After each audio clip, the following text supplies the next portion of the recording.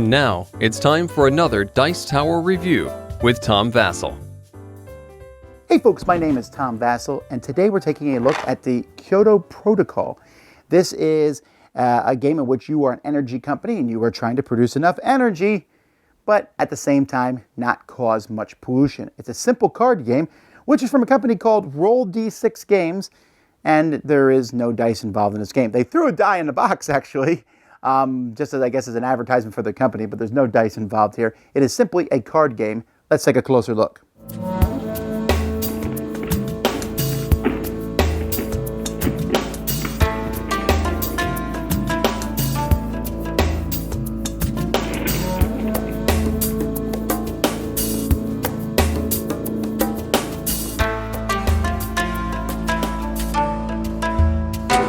The components for this game are very simple. There's just a deck of cards that is made up of various types of energy: uranium, oil, wood, coal, and gas. There's a certain number of cards in the deck. Each player gets a reference card that shows you. So for example, there's 30 coal and only 15 uranium. The deck itself is going to be split into three fairly equal parts. These three are going to be the three parts of the game. You're going to turn over three cards like this here to get started.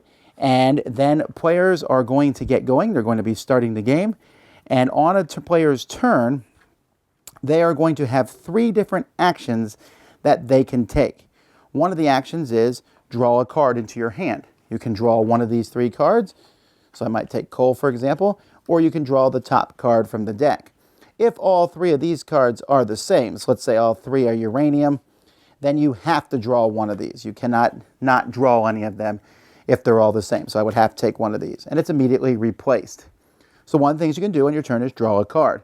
Another thing you can do is you can play cards in front of you, but the cards all have to be the same. So I could play 2 gas, I could play 3 coal, I could play 1 oil.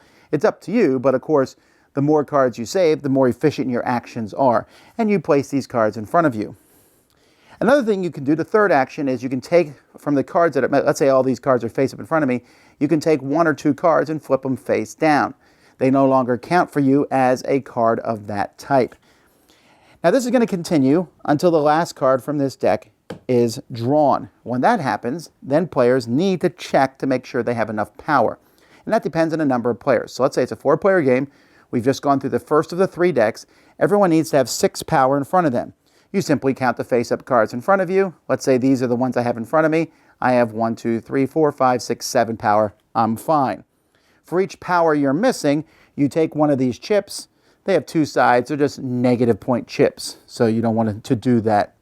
And then you pull out the next deck, and you go to phase 2. After phase 2, you pull out the next deck, go to phase 3. After phase 3, the game ends. After phase 2 and 3, though, there's a pollution penalty.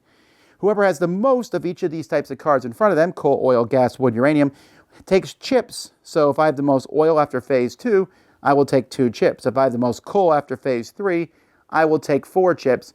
And if there's a tie, it affects everyone who's involved with that tie. At the very end of the game, you will count all the cards in front of you. They're each worth a point. Even if they're face down, those are also worth a point. You'll count all those, subtract the number of chips that you have, and whoever has the highest score is the winner, and that's how you play. And that is Kyoto. Well, folks, I was a little surprised about this one here because of the simplicity of the game. There really isn't much. Take cards, play cards, flip cards over. That's it. And turns just go fast. Bam, bam, bam, bam, bam, bam, bam, around the table. The game plays from 3 to 7 players. I'm not so sure that the bigger number of players, 6 to 7, are as good. You need a whole lot less energy, of course, but they also feel a lot less strategic. The 3-player game of this is fantastic. 4 and 5 are fine too, but like 6 and 7, I think it just gets better as you get down to fewer players. And you're sitting there trying to play a lot of energy cards because you need to meet that quota, right? If you don't meet the quota, you lose points. But then in round 2 and 3, you definitely don't want the most coal or oil. So you're turning cards over, but if you turn cards over, then you also are allowing other players to get ahead of you, and you might not get the power cards to meet your quota. Then sometimes you're like, oh, I'm going for coal. Might as well just go for coal. Get as much coal as you can. And then other players will see that, well, he's going to get the penalty for coal, so I might as well play as much coal as I possibly can because I'll get to be second place. Then suddenly you see that, and you see that they're getting coal, and you're like, okay, I'm going to start flipping my coal over, and now you guys are going to get the penalty. They say, no, we'll flip coal over. And so there's this action and reaction, and it's really quick. This game has a very strong resemblance to me of Union Pacific, which is a train game that Alan Moon made way back in the day, which was before Ticket to Ride, where you collected these different cards, played them in front of you. It has that same kind of feel, but like a condensed card game only version of that. And I like it. I like the graphic design. I love how this box looks. It's nice, looks clean. The game is easy to teach. It's up and running. And this is one of those times where less is more. I don't know if this is a game I want to play over and over and over and over and over again at the same time, but if you're like, hey, where it's a game night, let's have a start up here, we'll play this game. It plays fairly quickly and at the same time feels like a more in-depth game. And it's a game where you are constantly watching everything that everyone else does. I draw a card in my hand, he just drew a uranium. Why did he draw uranium? Maybe I should not play my uranium. Maybe I should play something else. Am I trying to collect everything of the same type? Of course, there's going to be luck sometimes in the cards that you get, but that is countered by playing stuff at the right time. Very entertaining, very fast, interesting, small card game. I like it. Kyoto Protocol. Dice Tower Judgment approved.